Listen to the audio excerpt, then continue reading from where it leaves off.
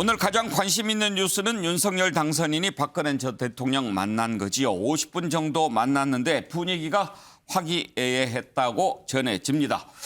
면목이 없고 늘 죄송한 마음을 가지고 있었다. 그리고 취임식에 꼭 참석해 주셨으면 좋겠다. 윤석열 당선인이 그렇게 얘기했고 가능하면 참석하도록 하겠다. 이렇게 얘기를 나눴는데요. 박근혜 전 대통령 만나고 나온 윤석열 당선인. 얘기부터 들어보겠습니다.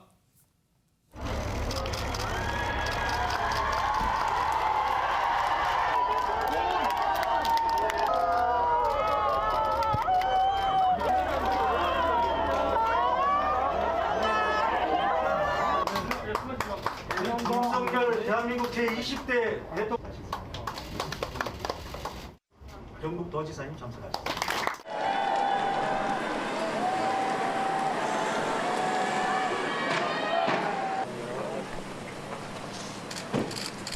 아이고 오랜만입니다 우리 분들.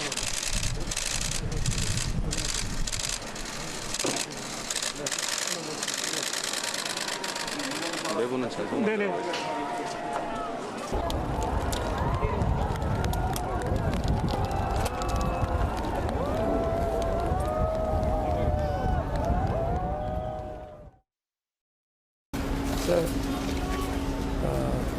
대통령님의 건강에 대해서 좀 얘기를 했고요.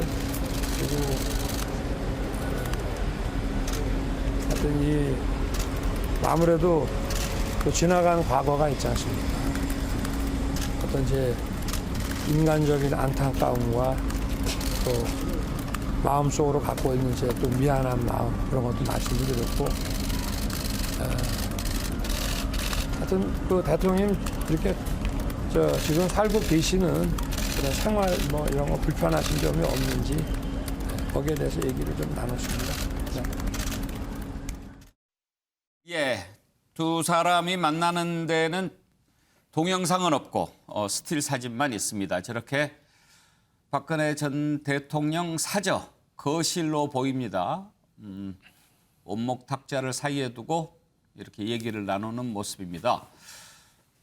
박근혜 전 대통령 옆에는 유영하 변호사가 앉았고 윤석열 당선인 옆에는 권영세 부위원장이 앉았습니다. 이렇게 네 사람이 차를 마시면서 얘기를 나누는 모습 보셨습니다. 윤석열 당선인이 만나고 나서 얘기를 했는데요. 어떤 얘기들이 오고 갔는지 참석했던 권영세 인수위 부위원장 유영하 변호사 얘기를 이어서 들어볼까요?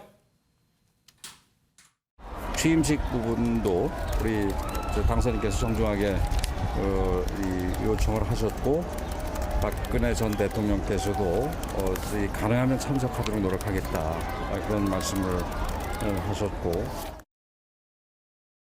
당선인께서 중요한 말씀을 하셨는데, 지난 대통령의 그 재직 중에 했던 정책인 업적을 보면서 왜 이런 것들이 제대로 국민들에게 홍보가 안 됐는지에 대한 안타까움이 있다. 앞으로 취임하면 하여튼 제대로 알려서 국민들한테 제대로 평가받을 수 있도록 그렇게 하시겠다 이렇게 얘기했습니다. 그래서 직을 시작하면 대통령께서 재임적 하셨던 일들을 성기해서 잘하고 업적에 대해서 설명도 하겠다 이런 말씀이 당선인께서 계셨고, 여기에 대통령께서 감사하다 감사를 표시하셨습니다. 예, 김경진 의원 오늘 뭐 제법 많은 얘기가 그래도 오고 간 것 같습니다. 박근혜 전 대통령 명예회복 얘기까지 나왔으니까요. 예. 대략 한 50분, 1시간 정도 대담을 나누셨다는 것 같고요.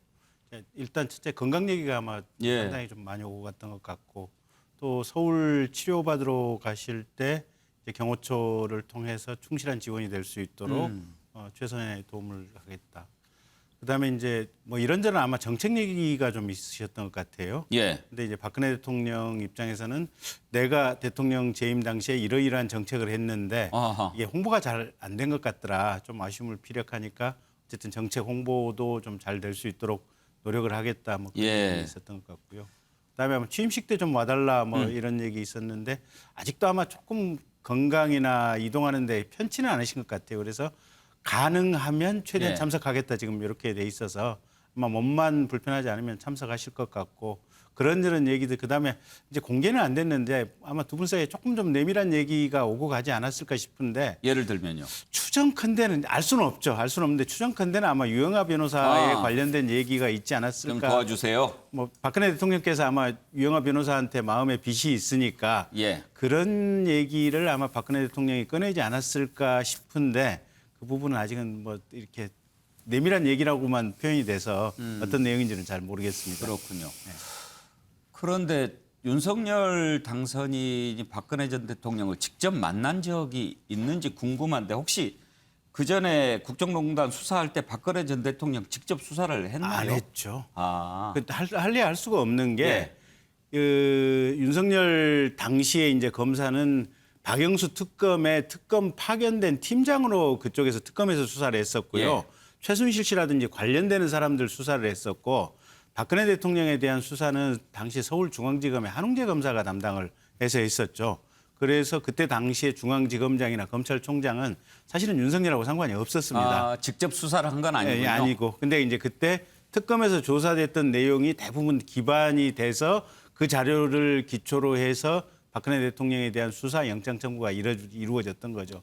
그래서 오늘 이제 나눴던 얘기도 어쨌든 그런 마음의 미안함이 좀 있다라는 얘기를 아마 당선인께서 하신 것 같아요. 그러면 두 분이 직접 만난 건 이번이 처음 아닐까 그런 것 싶네요. 같아요, 보니까. 그렇죠? 예. 예. 그리고 취임식 참석 가능하면 참석하겠다 이렇게 얘기를 했는데 네. 가능하면 쪽하고 참석하겠다고 어느 쪽이 더 높아 보입니까? 그때 그 순간에 건강 문제시겠죠. 이제 본인 물리적으로 이동하고 또 앉아 뭐 일정 시간이 이동하는 시간, 앉아서 있는 시간, 예. 요 시간만큼 이제 건강이 감당 가능할지 그게 관건이겠죠. 예. 전재수 의원 오늘 그 두 분 만남에서 명예회복 얘기가 나온 게 좀 주목할 만한 부분 아니겠습니까? 의례적인 이야기 아닐까요? 그래요? 예. 어떤 명예 말씀? 글쎄요, 명예회복 얘기가 나와서 사실 이제 명예회복은 지금 박근혜 전 대통령 쪽에서는 정책 뭐 잘한 것도 있고 그런데 뭐 홍보가 안 됐다라고 얘기했다는 거 아닙니까? 그건 뭐 사실 탄핵 때문에 뭐 다 가려졌다고 봐야죠. 그러니까 2017년도 3월 31일 날 이제 구속 수감이 되거든요. 그러면은 윤석열 당선자께서 이제 취임을 하는 게 2022년 5월 10일인데 이미 세상이라는 것이 자고 일어나면 세상이 확확 바뀌는 이 빠른 세상에 5년 전에 어떤 정책, 어떤 부분의 정책을 개선할 게 있는지 조금 의아스럽고요. 정치적 수사로 보여집니다. 저는 두 분이 뭐 어색한 만남인데 이러한 정치적 수사를 통해서 어색한 분위기를 좀 누그러뜨리는 그런 측면의 대화 내용 공개가 아닌가 예. 그렇게 보여집니다. 명예회복 장성철 교수. 네. 예를 들면 지금 국민의힘 당사에 박근혜 전 대통령 사진이 없다면서요. 그렇죠. 이런 거 다시 걸고 그럴까요? 글쎄요. 탄핵당한 대통령에 대해서 당사에 다시 건달하는 것 자체가 상당히 좀 정치적으로 다른 의미로 해석이 될 수 있기 때문에 신중한 판단이 있어 보이고요. 기본적으로 상당히 원론적인 얘기 같습니다. 굉장히 좋은 정책이나 업적이 있는데 그런 부분들이 제대로 알려지지 않아서 굉장히 아쉽게 생각을 한다. 그래서 이런 부분 알려져서 여러 가지 정책에 대한 계승도 하고 널리 홍보도 하겠다. 그래서 명예회복 할 수 있도록 본인이 돕겠다. 이런 식의 얘기를 한 거거든요. 예. 그러니까 덕담 수준의 얘기다. 이렇게 봐야 될 것 같습니다. 박원석 의원께서는 오늘 두 분의 회동을 어떻게 평가하십니까? 저는 뭐 만날 수도 있다고 보는데요. 그런데 지금 탄핵당한 전 정권의 대통령을 만나는 게 이렇게 시급한 일인지 그리고 만나서 나눴던 대화도 그다지 그렇게 적절치는 않은 것 같습니다. 무슨 명예를 어떻게 회복하겠다는 건지 좀 묻고 싶은 심정이고요. 그리고 자연인 박근혜와 자연인 윤석열의 관계가 아니지 않습니까? 당시 어쨌든 특검 수사팀장으로서 국정농단 사건에 대해서 수사를 했던 거고 자기 직무를 충실히 수행한 건데 이제 와서 면목이 없고 죄송하다 이런 얘기를 한다는 건 일종의 자기 부정일 수 있어서 예. 저는 글쎄요 좀 원론적이고 덕담 수준의 얘기라 하더라도 이미 대통령 당선인 신분이 된 입장에서 좀 부적절한 그런 메시지들이 아니었나 싶습니다. 예. 김경진 의원 생각을 좀 들어보고 싶은데 죄송하고 면목이 없다 이렇게 얘기를 한 것에 대해서 박원석 의원은 자기 부정 아니냐 이렇게 지적하는데 어떻게 생각하십니까? 글쎄요. 근데 그 부분은 대선 기간 중에도 명확하게 얘기가 나왔죠. 그러니까 그때 당시에 내가 특검 파견 나가서 검사로서 했던 것은 공적 지위와 역할에 따라서 부여된 내 일을 했던 거고 인간적인 연민 아무리 잘못을 했고 탄핵을 당했지만 어쨌든 이게 뭐 징역 4년 가까이 이렇게 수감 생활을 하다 나오신 거 아니겠습니까? 그러면 거기에 대한 인간적인 연민, 인간적인 미안함이 있다. 예. 그런 얘기죠. 전재수 의원, 혹시 오늘 그 자리에서 유영하 변호사 얘기도 있었을까요?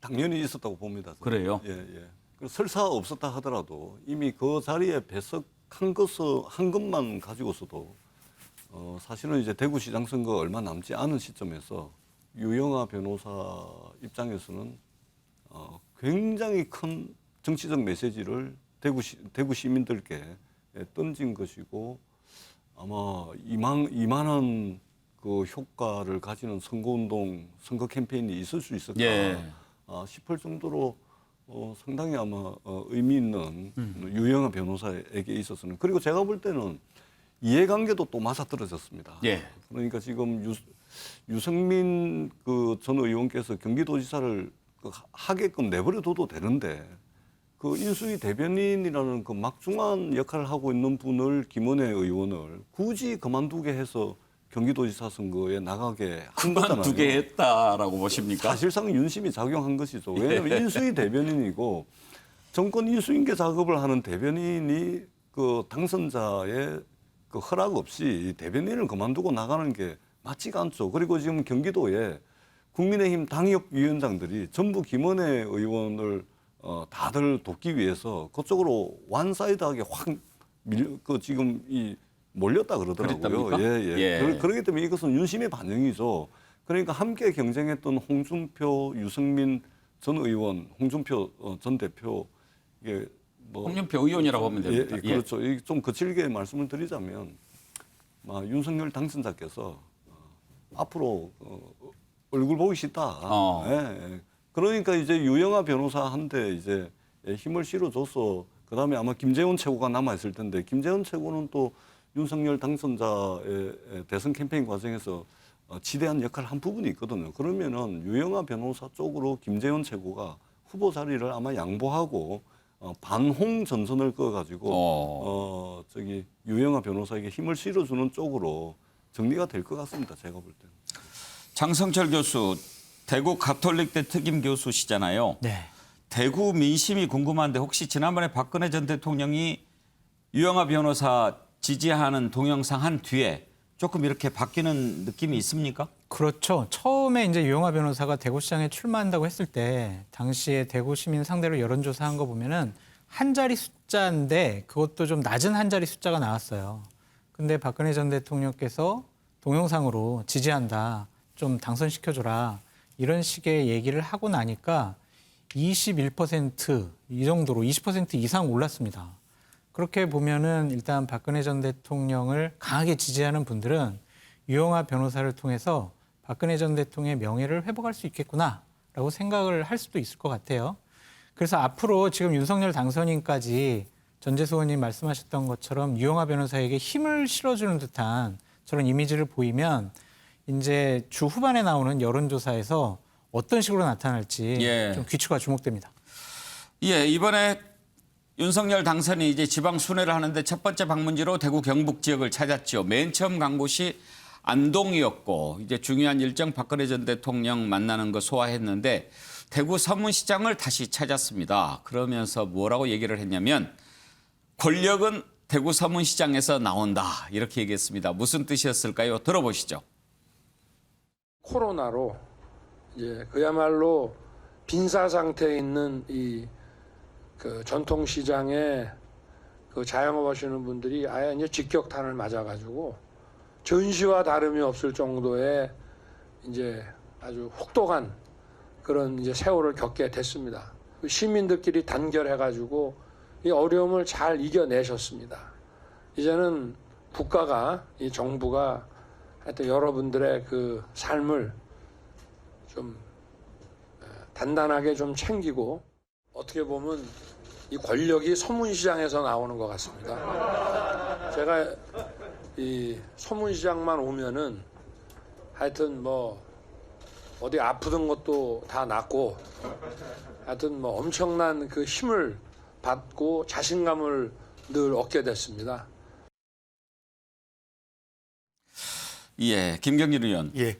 정치인이 자기 지지 기반 찾아가면 힘이 나죠? 그렇죠. 예. 수없이 많은 사람들이 당신을 응원합니다. 당신을 격려하겠습니다. 지지합니다. 이러면 예. 저절로 힘이 날 수밖에 없는 거고요. 이제 그러면 윤석열 당선인은 정치적 고향을 대구 경북이라고 얘기를 했다고 하는데 네. 그렇게 봐야 할까요?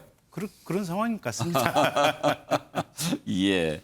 장성철 교수 아까 여론조사 잠깐 인용했는데 그것은 공표하면 안 되는 여론조사라고 죄송합니다. 합니다. 앞으로 주의를 해 주시기 바라고요. 네.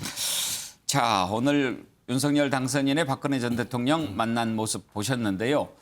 자, 그러면서 박근혜 전 대통령과 관련해서 최근에 호칭과 관련한 논란이 하나 생겼습니다. 하태경 의원이 어느 방송에 출연했는데 그 진행자가 박근혜 씨 이렇게 호칭을 한 모양입니다.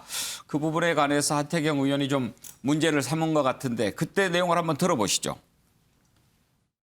거기 이제 박근혜 씨가 지지 선언하기 전에 그러니까 했던 조사들도 꽤 나오던데 예. 더 올라간다고 봐야 되는 거 아닙니까? 뭐 올라갈 수도 있죠. 그런데 제가 이 방송 처음인데 전직 대통령을 다 씨라고 부르세요? 박근혜 씨, 전두환 씨. 이게 이제 탄핵당한 분이기 때문에 그래서 호칭 그러니까 정리가 이제 그렇게 돼 있어서 이명박 대통령 이명박 씨라고 부르세요? 그러면 이명박 대통령 탄핵은 안 당했잖아요. 아, 그 부분 같은 경우는 이제 그러니까 대통령 예우법이 있지 않습니까? 예. 그거 준해서 지금 이제 호칭 그렇게 정리를 해서 그러니까 그래도 이렇게 전직 대통령 불러주시죠. 아니 왜냐하면 우리 공화당 조원진 의원 같은 문재인 씨라고 그러거든요. 약간 그렇게 되면 진영에 따라서 어차피 대통령 당선된 분들이기 때문에. 전재수 의원 저 논란 어떻게 생각하십니까? 그런데 저 하태경 의원이 탄핵에 앞장섰던 분 아닙니까? 예.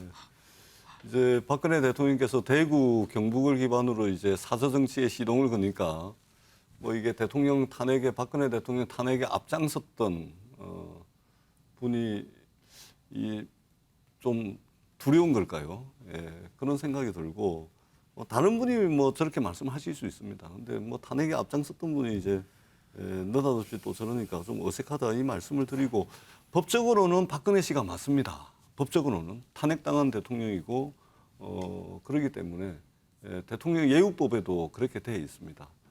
그런데 우리가 우리 국민 정서로 보면 어떻든 탄핵되건 뭐 어떻게 했든 간에 여전히 박근혜 전 대통령이라고 이제 부르는 분들도 있기 때문에 이제 저런 논란이 좀 빚어진 것 같고 다만 언론과 방송에서는 우리 사회 그러니까 우리나라 형사사법 절차상 탄핵된 대통령에 대해서는 법적으로는 이제 박근혜 씨 이것이 이제 저는 정리된 답이다 그렇게 봅니다. 그러나 저는 제 개인적으로는 뭐 언론 방송 이런 데 나와서 그래도 박근혜 씨보다는 박근혜 전 대통령으로 이제 호칭을 하기는 하는데 법적으로 보자면 엄격하게 보자면 그렇다. 예. 근데 저게요. 제가 방금 지금 전직 대통령 예우에 관한 법률을 찾아봤는데 2조에 이제 이렇게 돼 있네요. 전직 대통령이라는 헌법에서 정하는 바에 따라 대통령으로 선출되어 재직하였던 사람을 말한다. 이렇게 이제 전직 대통령이 정의가 돼 있으니까 박근혜 대통령도 법에 따른 전직 대통령인 것은 맞아요. 예. 다만 이제 그 뒤에 있는 예우 대상이 아닌 것이라서 이걸 박근혜 씨라고 부르든 박근혜 전 대통령이라고 부르든 이건 법하고는 상관이 없는 뭐랄까 정치적인 지지랄까 이런 것에 관한 문제이기 때문에 저건 우리 사회가 굳이 논쟁할 필요는 없는 것 같아요. 예. 법적으로 대통령 전직 대통령 예우가 박탈이 됐기 때문에 그러니까 전직 법적으로 대통령인 엄밀하게 보자면 그렇다. 아니 정확히는 전직 대통령인데 예우가 박탈된 전직 대통령이에요. 그래서 이 법에 전직 대통령을 씨라고 부른다 아니면 전직 대통령이라고 부른다 이런 거는 그런 건 법에 없어요. 없겠죠. 네, 그래서 그거는 본인의 정치적인 어떤 판단에 따른 호칭이기 때문에 예. 저걸 가지고 우리 사회가 논쟁할 필요는 없는 것 같아요. 예, 아니, 부르고 그리고 싶은 이제 대로 부르면 될 것 같아요. 방송에서 뭐 어떻게 하는 것이 옳겠냐라고 하는 것을 방송을 진행하는 제가 여러분들한테 묻는다는 것도 약간 아이러니한 거죠. 그런데 뭐 부를 수 있죠. 또 어떤 전직 대통령은 C자도 붙이긴 싫은 사람도 있을 수 있어요. 그런데 이제 이걸 가지고 또 방송에서 논란이 될 정도로 바뀌었다. 그런 생각이 되는 거죠. 박원석 의원은 어떻게 부릅니까 평소에? 저는 대체로 씨라고 부르고요. 아 그래요? 어쩌다 전직 대통령이라고 혼용을 하는데, 근데 이게 무슨 뭐 정치적 호불호의 문제는 아니고요. 그리고 물론 이제 전직 대통령 예우에 관한 법률에 명시적으로 호칭에 관한 내용은 없습니다. 때문에 전직 대통령이라고 부를 수 있으나 어쨌든 탄핵 이후에 일종의 우리 사회의 약간 합의 같은 거였죠. 그래서 방송사들도 방송사마다 약간의 편차는 있지만 대체로 전직 대통령이라는 호칭을 붙이지 않고 박근혜 씨라고 썼던 게 일반적인데, 최근에 이 정치적으로 박근혜 씨가 좀 부활하는 조짐이 있으니까 아마 하태경 의원이 거기에 편승한 게 아닌가, 저는 그런 생각입니다. 예, 혹시 장성철 교수 하실 말씀 있으세요? 저는 그냥 박근혜 전 대통령 맞잖아요. 그럼 그렇게 불러주면 되지. 왜 저걸 일부러 씨라고 하면서 좀 폄하하고 격화시키는 듯한 뉘앙스를 주는지 이해가 안 됩니다. 그냥 진영을 떠나서 예우해 줄 건 예우해 주는 게 맞다라는 생각이 듭니다. 네. 자, 다음으로 넘어갈까요? 지금 정치권의 가장 뜨거운 이슈죠. 이른바 검수완박. 사실 이런 표현도 사실 바람직하진 않습니다만 워낙 많이 쓰이는 거니까 그냥 검수완박 쓰겠습니다. 검찰 수사권 완전 박탈 이런 뜻으로 하는 건데 검찰 수사권 폐지하자는 거죠. 오늘 민주당이 의원총회를 열어서 당론을 정했는데요. 일단 그렇게 하자라고 당론을 채택했습니다. 표결까지 해서 결정을 했습니다. 4월 국회에서 처리하기로 했는데 과연 통과할 수 있을지는 미지수입니다. 관련된 내용을 한번 들어보실까요? 5월 3일 문재인 대통령 마지막 국무회의 때 그때 대통령이 선포하는 걸 염두에 두고 계세요? 네, 국무회의 의결을 통해서 공포하는 것을 목표로 5월 3일 하겠다는 겁니다. 예. 그런데 이제 야당이나 검찰에서는 이게 네네. 과연 국민의 이익에 부합하는가? 수사 공백이 생기지 않겠느냐? 이런 거예요. 아니, 수사에 재능이 있는 검사들 같으면 수사기관으로 가면 됩니다. 6대 범죄 수사에 재능이 있는 검사들이 나는 기소 유지하고 송판 업무 하는 것보다 범죄 수사를 하는 것이 검사는 이유다라고 생각하는 분들은 수사기관에 가서 수사를 계속 하시면 됩니다. 전재수 의원도 의총 참석하셨나요? 예, 예. 그 표결하셨나요? 표결은 제가 이거 생방이잖아요. 아, 예. 표결한다고 여기 안 와버리면 방송 사고가 날 것 같아서 감사합니다. 표결 참석을 못하고 제 의사는 충분히 전달하고. 그 대신 표현은 반영이 안 됐네요. 그런 것 같습니다. 근데 그때 전반적으로 예. 논의 자체가 전반적으로 이제 당론으로 가는 분위기였기 그랬습니까? 때문에 표결이라는 것은 당론을 정하기 위한 하나의 형식적 절차와 과정이거든요. 그렇기 때문에 굳이 표결 참석하고 안 하고 중요한 것이 아니고 일단은 거의 뭐 당론으로 가는 분위기였습니다. 예. 그런데 이제 반대 의견도 좀 있었을 텐데 주로 어떤 의견이 있었나요? 그러니까 이제 그런 것이죠. 지금 이제 수사 기소를 분리를 하는데 그러면은 6대 범죄 수사는 어디서 할 거냐. 그다음에 이게 경찰로 넘어가게 되면 이게 경찰이 과연 수사 역량이 되냐 안 되냐. 그러면은 또 경찰이 또 이게 권력화되는 거 아니냐. 그것에 대한 안전장치는 또 어떻게 할 거냐.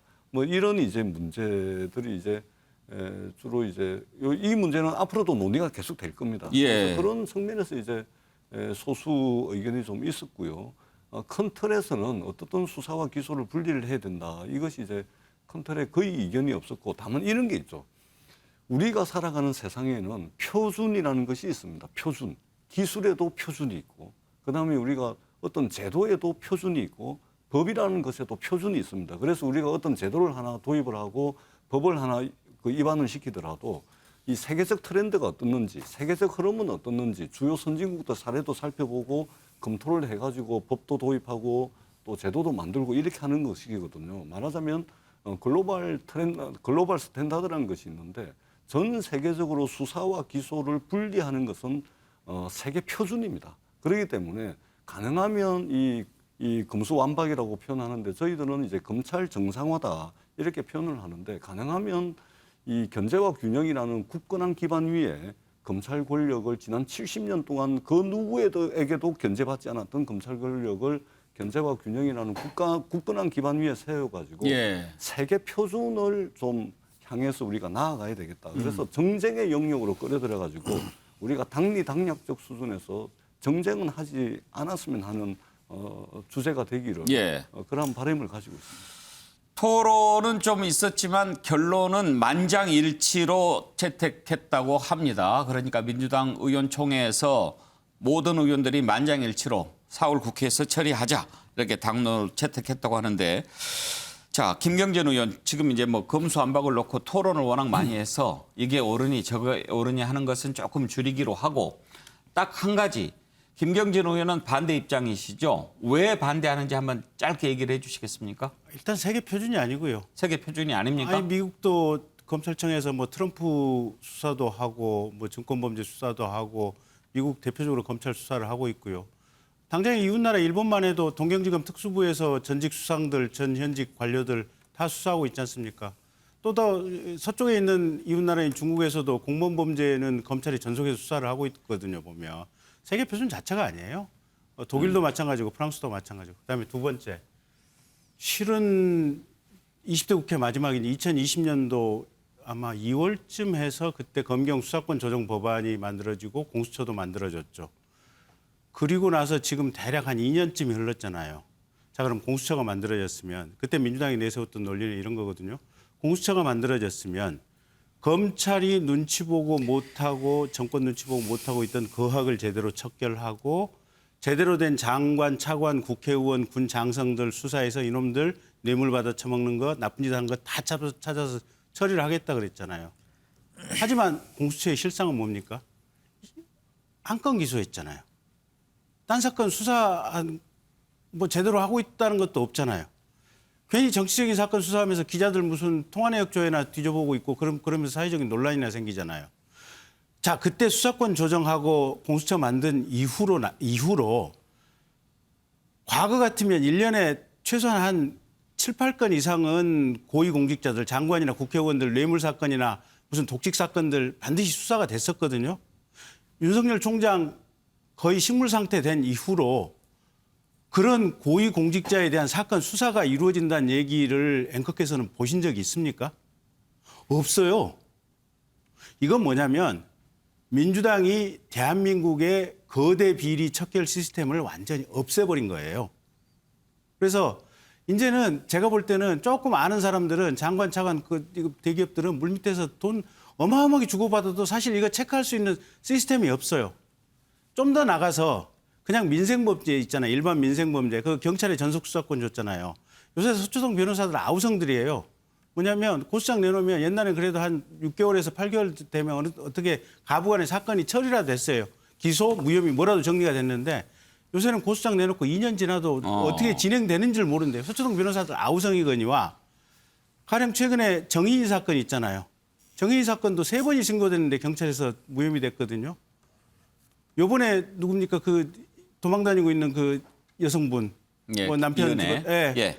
그분도 경찰에서 수사를 하긴 했지만 압수수색이 조금 서툴러 가지고 예. 검찰이 압수수색을 하면서 이거 왜 보고록 넣는데 이거 안 죽지 하는 문장을 찾아냈다는 거예요. 대포폰 찾으면서. 예. 이게 뭐냐면 경찰이 수사를 하다가 부족한 부분을 2차 보충 수사를 검찰이 하면서 거기서 뭔가 새로운 자료라든지 뭔가 새로운 상황을 찾아낼 수도 있는 거예요, 보면. 그런 기회나 가능성 자체를 지금 민주당이 없애버리겠다는 거 아니에요.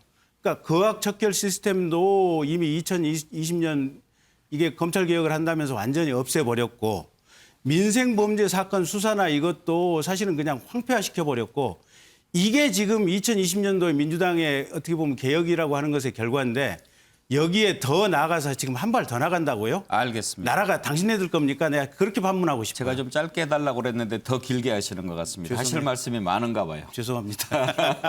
예. 자, 방금 전에 지금 원내 대변인 발표가 들어왔다고 하니까 그거 듣고 얘기하죠. 예. 먼저 수사 기소권 분리는 검찰의 수사권 기소권은 완전히 분리한다. 관련된 법은 4월 중 처리한다. 그리고 그와 동시에 경찰에 대한 견제 그리고 감시, 통제 기능을 강화하기 위한 다양한 방법들을 동시에 추진한다. 거기 그 내용상으로는 경찰의 인사권을 좀 더 투명하게 하기 위한 독립성을 강화시키고 독립적 감찰기구를 설치한다든지 하는 방법을 강구하고 검찰에 의한 이 경찰의 직무상 범죄에 대한 이런 수사 이런 부분에 있어서는 통제 기능은 남겨놓는 방향으로 그렇게 이 설명이 있었습니다. 자, 전재수 의원 말씀을 들어볼 텐데 지금 아까도 제가 부탁드렸지만 이게 토론 시간이 아니니까 길어지면 또 이제 다른 걸 못 다루니까 그러면 이 부분에 관해서 제가 이렇게 가닥을 정리하지요. 지금 이제 민주당에서는 그런 얘기를 합니다. 자꾸 이 반대하는 것이 국민의힘 논리는 검찰의 수사권을 폐지시켜 놓고 문재인 대통령과 이재명 고문 등에 대한 잘못을 수사를 못하게 하려고 한다. 이렇게 얘기를 하는데 왜 그렇습니까? 그러니까 이제 굉장히 이제 당략적 접근이죠. 제가 모두에도 말씀을 드렸지만 이 70년 동안 누구에도 견제받지 않던 이 압도적이고도 특권적인 검찰 권력, 내사, 수사, 기소, 구형, 공판에 이르는 이 전 과정에 대한 정권을 가지고 말하자면 무소불위의 권력, 그러면서도 견제받지 않는 이 권력을 말하자면 우리가 좀 개혁하자는 측면에서 좀 봐줬으면 좋겠다. 이 정쟁이 아니고. 예를 들면 지금 김혜경 씨에 대한 법인카드 수사는 이미 경기 남부경찰청에서 수사가 진행이 되고 있습니다. 뿐만 아니라 성남 FC 후원금 이것도 지금 경기 남부경찰청에서 수사가 되고 있고요. 그다음에 우리 김경진 의원께서 많은 말씀을 하시는 것 중에 이제 사실과 다른 이야기들도 상당히 있는데 짧게 말씀드리는 측면에서 이 지금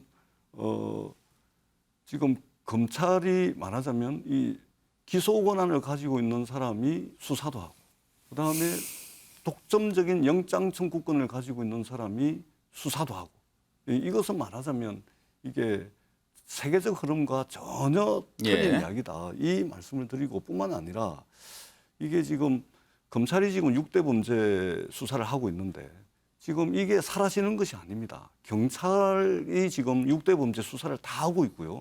경찰의 수사 범위와 수사 대상은 제한이 없습니다. 그렇기 때문에 마치 거악을 척결하지 못하는 것이냐 이렇게 하는 것이 아니고 경찰이 수사를 하면 검찰이 법률적으로 요건을 갖췄는지 그다음에 법적인 해석은 제대로 됐는지 그다음에 인권 침해 소지는 없었는지 증거가 불충분한지 충분한지 이것을 가려가지고 말하자면 영장도 청구하고 기소 권한을 가지는 이런 이제 시스템으로 가는 겁니다. 그래서 궁극적으로는 국민의 기본권을 강화하는 측면으로 가는 것이 이 검찰 정책과 검찰 개혁의 핵심적인 내용이다라는 말씀을 드립니다.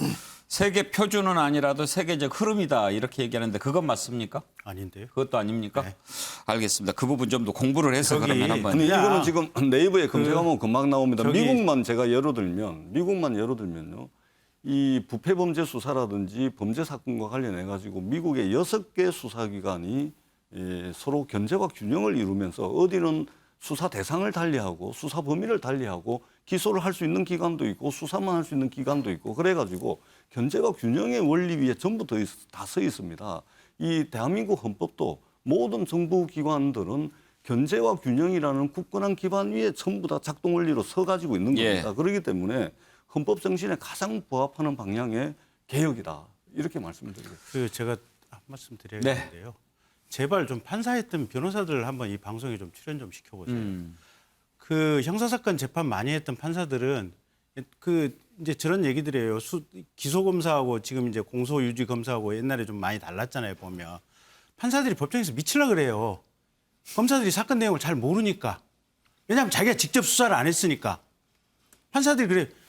당신 나오지 말고 직접 수사했던 검사가 나와서 이 사건에 대해서 왜 기소가 되고 왜 유죄인지 그리고 이 상황이 증거 판단을 이렇게 할 수도 있고 저렇게 할 수도 있는데 왜 이렇게 판단이 했는지 그 이유를 좀 명확하게 법정에서 설명할 수 있도록 직접 수사한 검사가 나오라고 판사들이 그렇게 법정에서 얘기를 해요.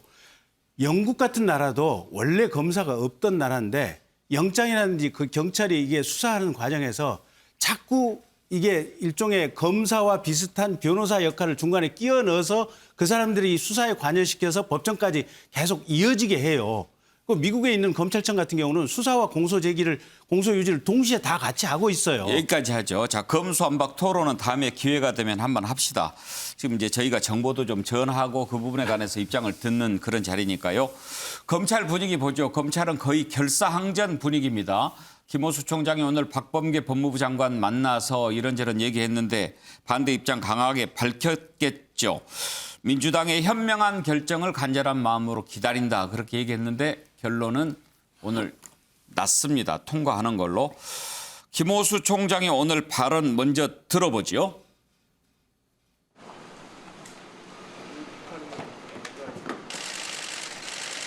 혹시 어떤 요청을 좀 중점적으로 하셨는지. 아무래도 지금 정치권에서 추진하고 있는 검찰 수사 기능 전면 폐지에 관해서 문제점도 말씀드리고, 또 당연히 우리 검찰에 대해서는 정책이나 이런 기능은 법무부에 있기 때문에 장관께 그런 말씀, 또 검찰에 또 요청사항도 말씀드리고 또 그렇게 한 거죠. 총장님 어제 직을 걸고 맡겠다 말씀하셔서 좀 사퇴 이런 좀 가능성 이런 얘기도 나오는데 여기에 대해서 그런 이야기를 여기서 여러분에게 말씀드리는 거는 적절치는 않은 것 같고요.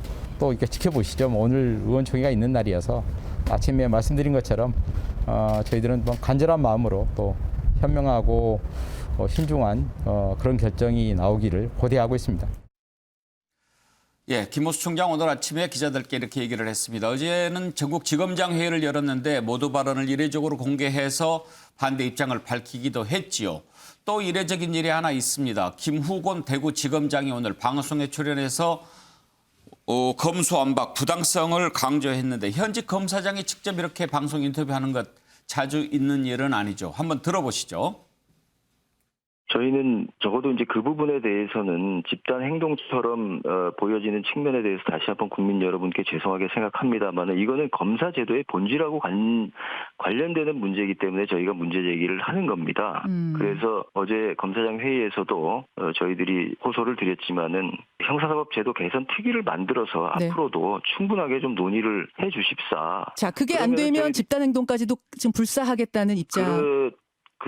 집단 사퇴 정도까지는 아니라고 생각을 합니다. 저희가 그러나 동요가 어느 정도는 불가피하겠죠. 어쨌든 그런 일이 생기지 않도록 저희들이 지혜를 발휘해서 최대한 국회하고 소통을 하고.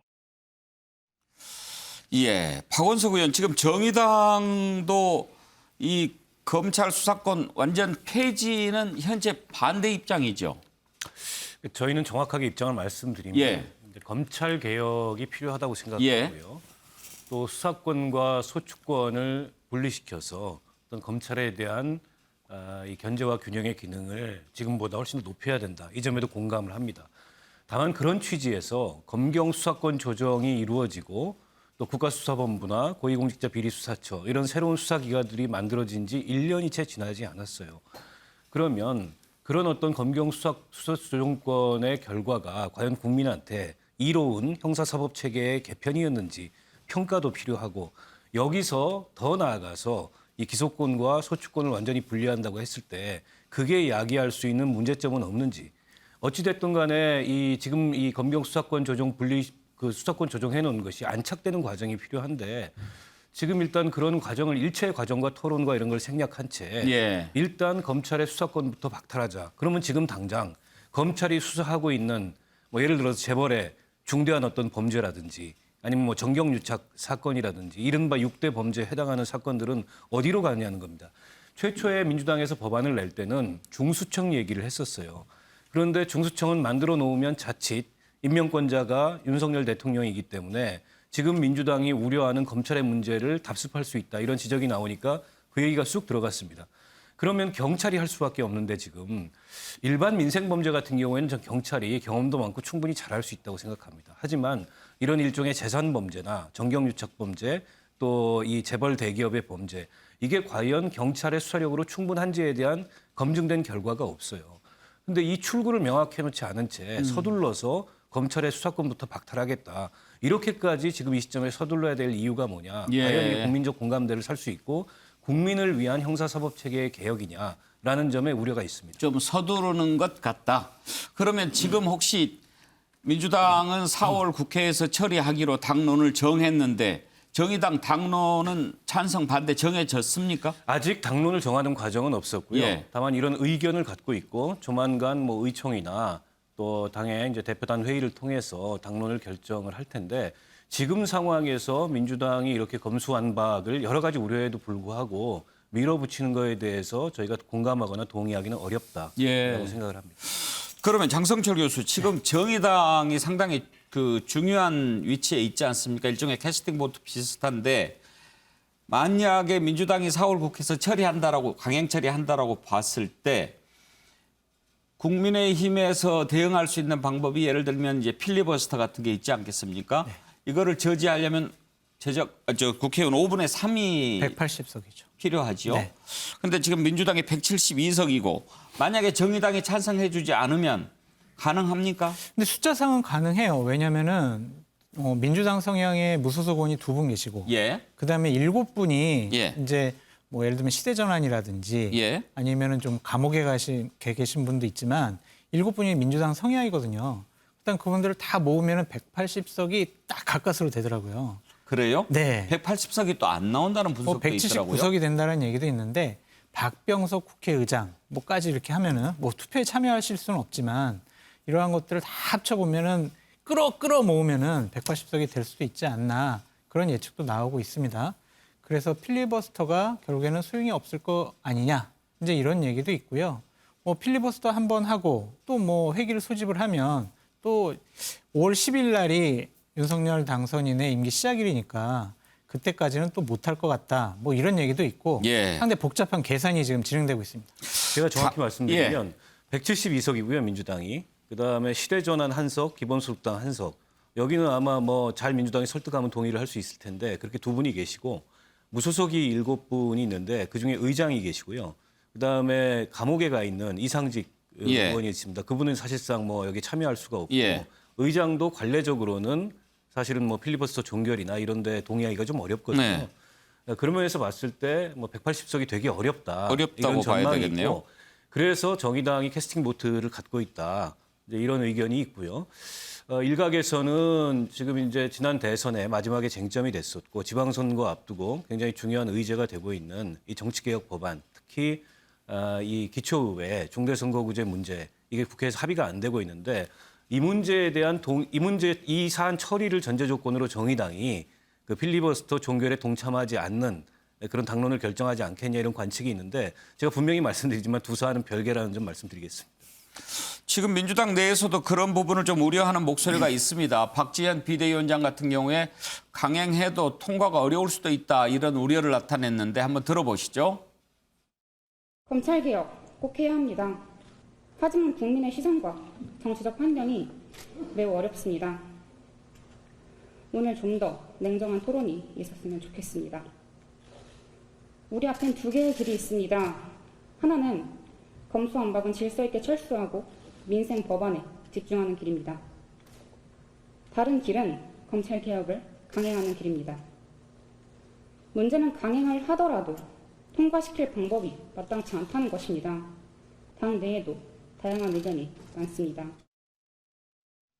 자, 전재수 의원, 지금 비대위원장 얘기는 모두 발언이니까 표결 있기 전에 한 내용이고 뭐 표결권은 없지만 아무튼 소수 의견이 된 거죠. 예, 오늘 뭐 저 자리에 저도 있었는데 예. 오늘 박지원 공동위원장이 이제 모두의 소수 의견을 이제 이야기하겠다. 네. 예. 그렇게 이제 전제를 하고 말씀을 하셨고 예. 그리고 그것이 사실은 필요하죠. 왜냐하면은 이제 한 3시간 가까이 이제 토론을 하는 데 있어서 혹여 이제 소수 의견이 묻히거나 그러면 안 되기 때문에 아마 그런 차원에서 말씀을 하신 것 같고 다만 이제 통과 가능성과 관련해 가지고는 저도 정확하게 지금 계산이 잘 안 되는데 아마 당 지도부에서 그런 것 없이 이 프로세스를 밟지는 않았을 거다. 예. 그렇게 생각하고 한번 돌아가 가지고 좀 천천히 한번 뜯어보도록 그렇게 하겠습니다. 한 가지만 더 물어보겠습니다. 박지원 공동비대위원장이 이러다가 지방선거에 악재로 작용하지 않을까 걱정된다 그런 얘기도 했는데 혹시 이걸 밀어붙이는 게 지방선거에 불리할 수도 있다. 그럼에도 불구하고 해야 된다. 이런 생각이십니까? 아니면 꼭 이렇게 밀어붙이는 것이 지방선거에 불리하라는 법은 없다. 어떤 생각이십니까? 그러니까 제가 이제 누누이 말씀을 드리는데 이 지방선거에 유리하냐 불리하냐 이것도 이제 당리당략이죠. 그다음에 이게 누구를 수사하는 것을 방해하기 위해서다 또는 대선 불복이다 이런 비판을 이제 국민의힘에서 하는데 이런 비판도 사실은 당리당략적 측면에서 이 사안을 보는 것이죠. 그래서 제가 제발 말씀을 드리는데 대한민국의 지난 이게 산업화를 빨리 이루고 민주화도 동시에 이룬 정말로 세계에서 찾아보기 어려운 그런 나라인데 우리가 이런 나라에서 말하자면 이 민주주의 역사, 현대사의 역사라는 것이 압도적이고 특권적인 영역, 이 특권들을 해체시켜 왔던 과정이 대한민국 민주주의 역사입니다. 그렇기 때문에 큰 틀에서 견제와 균형 위에 민주주의를 굳건하게 세우는 차원에서 예. 이 문제를 좀 다시 한번 봐주십사 하는 그런 말씀을 좀 드리도록 검찰이 하겠습니다. 특권이라고 자꾸 얘기하시는데요. 한동훈 검사장 같은 경우 대검의 반부패 수사부장을 하다가 추미애 장관 이후로 제 기억에 1년 사이에 임기를 4번을 바꾼 것 같아요. 특권입니까? 그냥 톡 치면 날아가지 않습니까? 4번씩이나 1년에. 그다음에 추미애 장관 같은 경우 남부지검에 있는 증권범죄 압수수색이 있었지 않습니까? 거기서 몇 가지 큰 거대 사건을 하다가 민주당 의원들 이름 나가니까 보도에 몇 개 나왔지 않습니까? 그냥 해체해버렸습니다. 검찰이 특권입니까? 대통령 권력 또는 여당의 민주당 그러니까 대통령 권력을 가지고 있는 이 정치 권력과 검찰의 이 권력의 차이 어떻게 보십니까? 제가 좀 말씀드릴까요? 특권이죠. 압도적인 특권이죠. 그것도 70년 동안 우리가 70년 동안 변하지 않는 그 제도의 핵심이 변하지 않고 지금까지 와 있는 제도 중에 한번 예를 들어보세요. 이 검찰제도 빼고 이 검찰제도가 수사, 기소, 공판, 구형, 내사까지 이 전부 다 가지고서 단 한 번도 변하지 않았던 제도를 가지고 있는 게 검찰제도예요. 70년 동안 누구로부터 견제받죠? 검사가 비리 저지르면 누구로부터 수사받고 기소당하고 구형당합니까? 전부 자기 식구 검찰 가족 감사주기. 가장 최근에도 교통사고를 저지른 부장검사가 모든 국민들은 같은 교통사고인데 사고를 냈는데 모든 국민들은 다 기소를 되는데 이 부장검사만 불기소되는 겁니다. 대한민국 국민들이 왜 유전무죄, 무전유죄 없는 죄 만들고 있는 죄 덮고 이런 이야기를 왜 국민들이 그냥 술자리에 앉아서 이야기를 합니까? 검찰이 특권이죠. 그것도 압도적이고도 굉장히 독점적인 특권을 지난 70년 동안 누려봤던 것은 사실이죠. 그런 그것을 부정을 한다면 대다수 국민들이 생각하고 있는 검찰이 가지고 있는 그 권력에 대해서 그걸 부정을 하는 것입니다. 인정할 것은 인정을 하고 우리가 대한민국의 민주주의 역사, 특권의 영역을 해체시켜왔던 국민의 힘으로 특권의 영역들을 작게 만들고 해체시켜왔던 그 과정들에 대해서는 굳이 그렇게 단편적이고 예외적 사례를 통해 가지고 보편화시키고 일반화시켜 가지고 그것이 아니다라고 말씀하실 필요까지는 없겠다. 아니 그래서 공수처를 만들었지 않습니까? 그 부장검사 사건도 공수처에서 가져가서 수사하려면 할 수도 있었을 텐데 어쨌든 그 논란하고 상관없이 자 아까도 말씀드렸지만 2020년도에 공수처 만들어지고 검경 수사권 조정 이후에 사회적인 거악이 평균적으로 잡히는 정도의 수치만큼은 매번 어떻게 보면 잡혀야 맞거든요. 전재수 의원과 김경진 의원 두 분을 모시고 검수완박 토론 꼭 한번. 아니 그냥 변호사들을 불러서 법조인들을 불러서 해보세요. 그건 정파적인 시각이라고 국민들이 그렇게 생각을 하니까 현장에 있는 법조인들을 불러서 한번 토론을 해보십시오. 합시다. 자, 사실 김경진 의원한테 꼭 하나 물어보고 싶은 게 있었는데 시간이 많이 지나가서 그러면 이것만 짧게. 왜 국민의힘은 민주당이 추진하고 있는 이 검수완박을 그 대선 불복의 문제라고 보는지 그게 궁금한데요. 아니 일단 이게 국민의힘을 떠나서 지금 서초동에 있는 심지어는 민병까지도 지금 오늘 이 민주당의 결정에 대해서 굉장한 우려를 가지고 있다는 거 아니겠습니까? 법조인이라면 기본적인 전문성이 있는 사람들이라면 민주당이 지금 하고 있는 짓이 국가를 어떤 수렁으로 끌고 가는지에 대한 다 지금 인식이 있어서 그 얘기를 하는 것이고요. 그다음에 뭐 굳이 그 질문인데 뭐 답이 되는지 안 되는지 모르겠지만 어쨌든 현재 지금 뭐 이재명 수사가 지금 있고 특히 지난번에 대선 기간 중에도 우리가 수없이 토론을 했지만 대장동 사건과 관련해서 유동규 씨라든지 몇몇이 기소가 돼 있는데 그때 그 순간에 그러면 이재명이 기소가 안 된 것이 과연 정당한가? 이런 부분에 대한 의혹이 우리 사회에 분명히 있어요. 저도 여전히 마찬가지로 그 생각이 있는 거고. 근데 왜 그게 대선 불복의 문제가 되느냐 이거죠. 그건 잘 모르겠습니다. 아니 그래서 그게 지금 국민의힘에서는 이걸 대선 불복 차원이라고 보잖아요.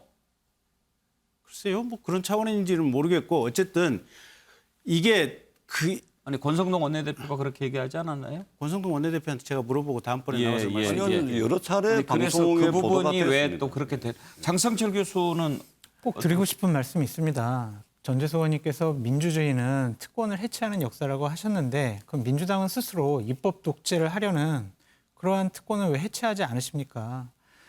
국민들은 얘기를 하고 있는 거죠. 대선 결과를 통해서 야당과 협의해라. 국민의힘과 협의해라. 좀 논의를 해라. 그렇게 해서 좀 천천히라도 가라. 그렇게 얘기를 했잖아요. 지금 기소권과 수사권을 해체하는 것이 세계 표준이라고 하셨는데 민주당이 자기 뜻대로 밀어붙이는 게 세계 표준입니까? 그건 아니지 않습니까? 예, 박원석 의원 말씀까지 듣겠습니다. 검수완박이 지금 시점에서 옳으냐 틀리냐를 떠나서 지난 70년 대한민국 형사사법체계에서 대한민국 검찰이 견제받지 않는 무소불위의 권한을 행사해 왔던 건 사실이죠. 그런 의미에서 특권이라는 지적이 있는 거고 아니 검찰개혁이 이렇게 중요한 정치 쟁점으로 떠오르는 게 정치권이 만들고 싶다고 쟁점이 됩니까? 그만큼 우리 국민들이 검찰의 그런 이 견제받지 않는 횡포 또 무소불위의 권한 이런 것들에 대한 문제의식이 있었기 때문에 중요한 권력기관 개혁으로서 검찰개혁을 얘기해왔던 거고 그래서 검찰개혁의 필요성에 대해서는 저희는 뭐 추호도 부정하지 않아요. 예. 그리고 수사권과 소추권의 분리에 대해서도 공감합니다. 다만 이미 그 개혁의 1단계를 시작했는데 그 1단계 개혁이 과연 좋은 결과를 냈는지에 대해서 평가하고 보완하고 토론할 시간이 필요하다는 거예요. 근데 지금의 검수완박은 그런 과정을 1차로 생략하고 일종의 정치적 구호처럼 일단 검찰의 수사권을 완전히 박탈하고 보자. 근데 그게 과연 국민들에게 좋은 결과로 나올지 우리 사회의 거악을 척결하고 부정비를 부패를 일소하는데 좋은 결과를 낳을지에 대해서 우려되는 점이 있다는 겁니다. 예, 알겠습니다. 여기까지 하죠. 자, 다음으로 넘어가겠습니다.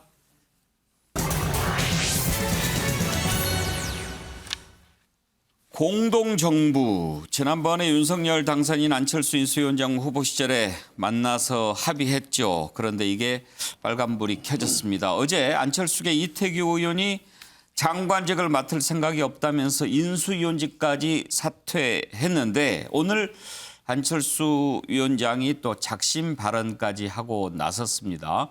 안철수 위원장의 오늘 발언을 한번 들어보시죠. 가장 중요한 인사 기준은 해당 분야에 대한 전문성이 있고 또 도덕성이 있고 그리고 또 개혁 의지가 있고 그리고 또 그것을 이룰 만한 리더십이 있는 사람이어야 합니다. 그래서 그 인선 과정에서 특히 제가 전문성이 있는 분야에 대해서는 조언을 드리고 싶었습니다만 그런 과정은 없었습니다. 윤석열 전 후보 내각 인선에 위원장님께서 추천하신 인사가 안 들어갔다는 이야기가 좀 있어서 그 인선 과정에서 특히 제가 전문성이 있는 분야에 대해서는 조언을 드리고 싶었습니다만 그런 과정은 없었습니다. 이태규 인수위원이 인수위원직을 사퇴하겠다고 발표를 하면서 제가 이태규 의원이 먼저 저에게 사퇴 의사를 밝혀와서 많은 이야기를 했습니다. 대선 과정에서 그리고 또 후보 단일화 과정에서 그리고 또 인수위원회를 하면서 여러 가지 어려움이나 또는 여러 가지 힘든 점들이 많았던 것 같습니다. 이태규 의원이 힘든 점이 많았다라면서 그걸 좀 견디기 어려웠던 것 같다라고 하셨는데 그건 뭐 어떤 개인적인 이야기니까 그건 또 제가 말씀드릴 내용은 아니라고 생각합니다. 양당의 합당에 문제가 좀 생기지 않겠냐라는 관측도 좀 나오는데 합당은 지금 저 당의 사무총장을 포함해서 당직자들에게 사실은 맡겨놓은 상태입니다. 이제 그 추이를 지켜봐야겠죠. 장성철 교수, 오늘 안철수 위원장 발언 중에서 가장 이제 좀 주목할 만한 부분이 조언을 드리고 싶었지만 그런 과정이 없었다는 거죠. 상의를 안 한 거죠, 한마디로. 근데 지난번 선거 과정 중에 단일화를 했을 때 공동정권, 공동정부를 운영하겠다라고 약속하지 않았습니까? 근데 처음부터 부처 인사와 관련해서 논의가 두 분 사이에 없었다면 이거는 공동정권이냐 공동정부를 운영한다라고 보기가 상당히 어렵다. 그래서 자칫 잘못하면요. 안철수 위원장이 내일 발표되는 10명의 부처 인사에서 본인이 추천한 분이 장관이 되지 장관 지명을 받지 못하면 지금 안철수, 윤석열 공동정부는 초창기부터 깨지게 됐다라고 볼 수밖에 없습니다. 예. 그러면 장성철 교수, 왜 그런 과정이 없었다고 보십니까?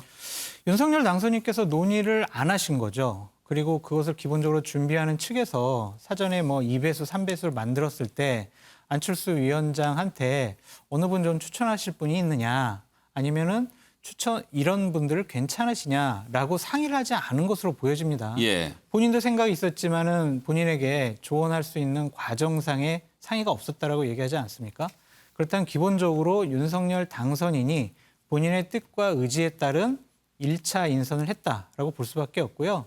오늘 오전까지 이제 저런 얘기를 안철수 위원장이 한 것을 보면 오늘 오전까지 윤석열 당선인 측에서 내일 발표되는 인선안에 관련해서도 사전 상의가 없었다라고 볼 수밖에 없습니다. 예. 오후에는 어떻게 상황이 변경되는지 모르겠지만 이 부분만큼은 좀 사전 논의가 필요했지 않았느냐라는 아쉬움이 있습니다. 김경진 의원, 좀 논의가 있었을 걸로 짐작을 했는데 없었던가 봐요. 근데 아까 안철수 위원장 말씀에서도 예. 자기가 분명히 추천은 했다라고 얘기를 하시거든요. 네. 그러니까 인사 추천까지는 분명히 있었던 것 같아요. 네. 그리고 한동안 저 과기부 장관 하마평에는 신용현 전 의원 이름이 상당히 올랐거든요. 네. 그래서 아마 심도 깊게 고려가 되지 않았나 싶은데 아마 마지막 순간에 당선인께서 이게 대한민국의 지금 주 먹거리가 지금 반도체다 보니까 반도체 원천 기술을 위해서는 서울대 이종호 교수 발탁하는 게 맞다라고 아마 그런 결정을 내렸던 것 같고. 예. 이러나 저러나 안철수 위원장께서 상의가 없었다는 최종 결정에 최종 인선에 상의가 없었다는 점에 대해서 조금 서운하게 생각하신다면 그 점을 보완하는 것도 좀 괜찮지 않나 싶어요. 그래요. 안철수 위원장 입장에서 보면 본인 쪽에서 추천했던 사람이 한 명도 안 들어가면 좀 섭섭할 수 있죠. 예. 예. 근데 지금 가령 지방선거와 관련해 가지고 공관위에 지금 안철수 대표 쪽에서 추천한 인물들이 아마 중앙당에도 한 2분 들어가 있는 걸로 알고 있고요. 각 시도당 공관위에도 최소한 한 2분 이상씩은 들어가 있는 걸로 알고 있거든요. 지금. 예. 그래서 상당히 지금 공동정부 뭐 공동 또 이렇게 합당 뭐 이런 과정들이 이게 심도 깊게 진행이 된 건 맞는데 하여튼 저 과정은 조금 아마 안철수 위원장께서 좀 서운하지 않나 그런 느낌이 드네요. 이태규 의원이 어제 인수위원직 그만두면서 장관도 안 맡겠다라고 얘기했을 때 뭔가가 좀 잘 안 되고 있는 모양이구나 그런 생각이 들었죠. 오늘 신용현 인수위 대변인이 이와 관련해서 얘기를 했는데 들어보시죠. 이태규 의원께서 대선 과정, 그다음에 이제 대선 이후에 이어진 그 단일화 협상 과정, 그리고 인수위원회 활동을 할 때까지 굉장히 이제 그 힘든 일이 많았다고 얘기를 하셨다고, 그러니까 위원장께 전화를 해서 그렇게 말씀을 하셨다고 했고요. 그래서 이제 사퇴하고 싶다는 의견을 강력하게 얘기를 하셨다고 했습니다. 사퇴 이유나 이런 거는 뭐 밝힌 것, 본인이 위원장님 통해서 밝힌 것 외에는 더 이상 저희가 붙일 수 있는 얘기는 없는 것 같습니다. 전재수 의원은 공동정부 이제 거의 어려워졌다 이렇게 보십니까? 그러니까 저는 이제 상식적으로 공동정부를 하려면 이게 공동의 어떤 가치와 노선, 비전의 공유 뭐 이런 게 있어야 되는 거 아닙니까? 그래야 이게 공동정부가 가능한 거죠. 당장 이제 안철수 위원장께서는 지난 10년 동안 정치적 소신을 정치적 다당제를 소신으로 해왔지 않습니까?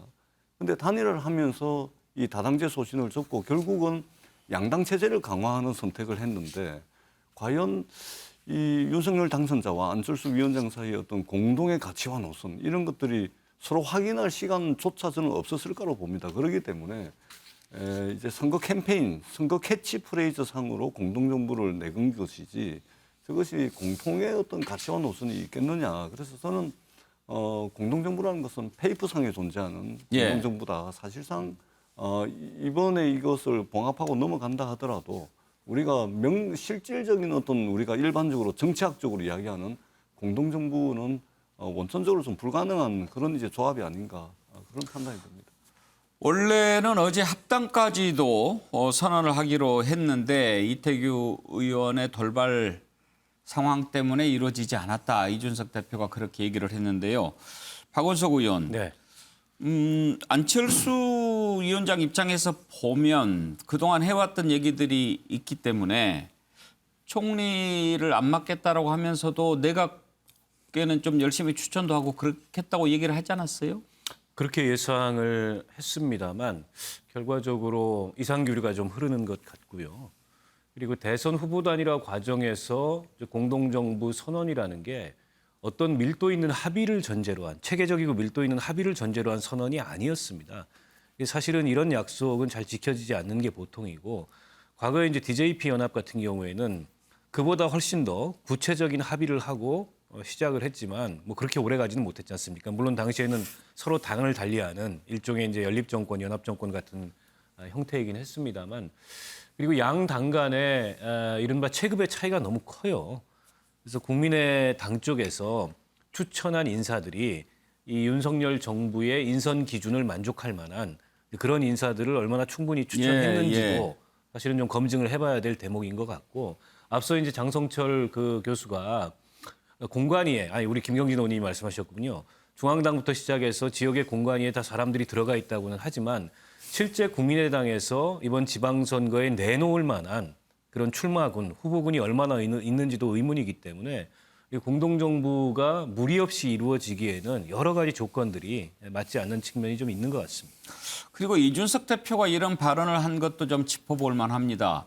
안철수 위원장의 역량을 얘기를 했지요. 만약에 뭔가를 하려면 역량을 보여줘야 되지 않느냐, 그렇게 지적을 했는데, 장성철 교수, 그러면 지금 인수위원장으로서 하고 있는 안철수 대표 역할을 제대로 평가를 하지 않는 걸까요? 근데 인수위원장으로서는 안철수 위원장이 잘하고 있다고 보여집니다. 시끄럽지 않게 차분하게 다른 큰 잡음 없이 인수위를 좀 잘 이끌어가고 있다고 보여지거든요. 2주 전 월요일 날에는 국정과제 100대 국정과제를 발표하기도 했고요. 인수위원장이 너무 주목받으면 안 됩니다. 정치적으로 상당히 혼란만 생길 수 있고 국민적인 반감을 살 뿐입니다. 차분한 관리는 괜찮은데 저 이준석 대표의 얘기는 뭐냐면, 일단은 본인이 국무총리 안 하겠다고 했으니 무엇을 할 것인지, 그리고 이번 지방선거 때 이준석 대표가 공동선대위원장 좀 맡아달라고 해도 안 하겠다고 한 부분, 그럼 무엇을 할 것이냐, 그리고 여러 가지 인사를 좀 추천을 하는데 역량 있는 인사를 좀 추천하는 게 좋지 않겠느냐, 그런 의도로 읽혀집니다. 일단 지금 합당도 좀 늦어지지 않을까, 또 끝까지 갈 수 있을까, 이런 우려도 나옵니다. 이준석 대표는 뭐 언제든지 노력하면 될 거다, 이런 기대를 갖고 있는데, 안철수 대표와 자신 간의 관계를 톰과 제리의 비유를 하기도 했습니다. 들어보실까요?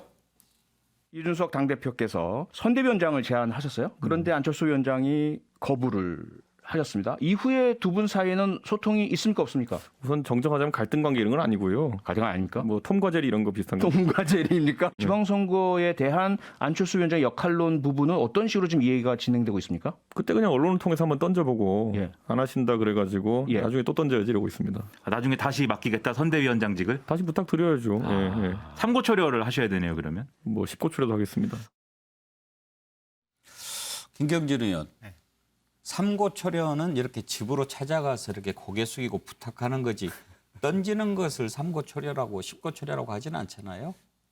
그러니까 아마 앵커님하고 저희 세대가 생각하는 어떤 언어의 모습하고 또 젊은 세대가 생각하는 언어의 어떤 그림하고 의미와 그림과 조금 차이가 있지 않나, 그런 생각도 좀 들어요, 보면. 이게 사실은 문득 그런 느낌들이 들잖아요, 보면. 네, 그래서 저 부분은 어쩌면 우리가 노력해야 될 부분이기도 하고, 또 이준석 대표께서 노력해야 될 부분이기도 하고, 그런 거 아닌가 싶네요. 그래요. 10번 던지는 것을 10고초려라고 할 수는 없을 건데, 근데 톰과 제리 보셨어요? 옛날에 어렸을 때 만화영화 많이 봤죠. 애증의 관계잖아요. 톰이 고양이죠. 톰이 고양이죠. 제리가 쥐고. 그러면 누가 톰일까요? 안철수 대표가 공천 안 주실 때는 그때는 안 대표님이 동의하고 지금은 이준석 대표님이 톰 아닐까요? 근데 이제 장성기 교수 그 얘기는 했더라고요. 톰과 제리는 항상 해피엔딩으로 끝난다. 그러니까 당대표로서 본인의 그 자리에 무게감을 느낀 거죠. 이번에 안철수 위원장과 합당이 잘 안 되면 그리고 계속 갈등을 불러일으키면 결국에는 일정한 지지를 받고 있는 국민의당의 지지층이 국민의힘 후보를 지지하지 않을 것이다. 그러면은 이번 지방선거 때 상당히 어려움에 처할 것이다. 특히 수도권에서 이런 판단을 하고 있기 때문에 끊임없이 이준석 대표가 좀 안철수 위원장을 영입하기 위해서 노력할 것 같습니다. 박은석 의원 그런 얘기도 국민의힘에서 나올 법합니다. 진작에 단일화하고 뭐 합당하고 그랬으면은 뭐 좀 충분히 대할 수도 있는데 겨우 6일 전에 속 다 끓이게 하고 뭐 손가락 발언까지 하고 그렇게 한 다음에 단일화했는데 뭐를 얼마나 더 기대하냐 이런 말도 나오는 것 같아요. 뭐 일부에서 할 수 있는 얘기긴 합니다.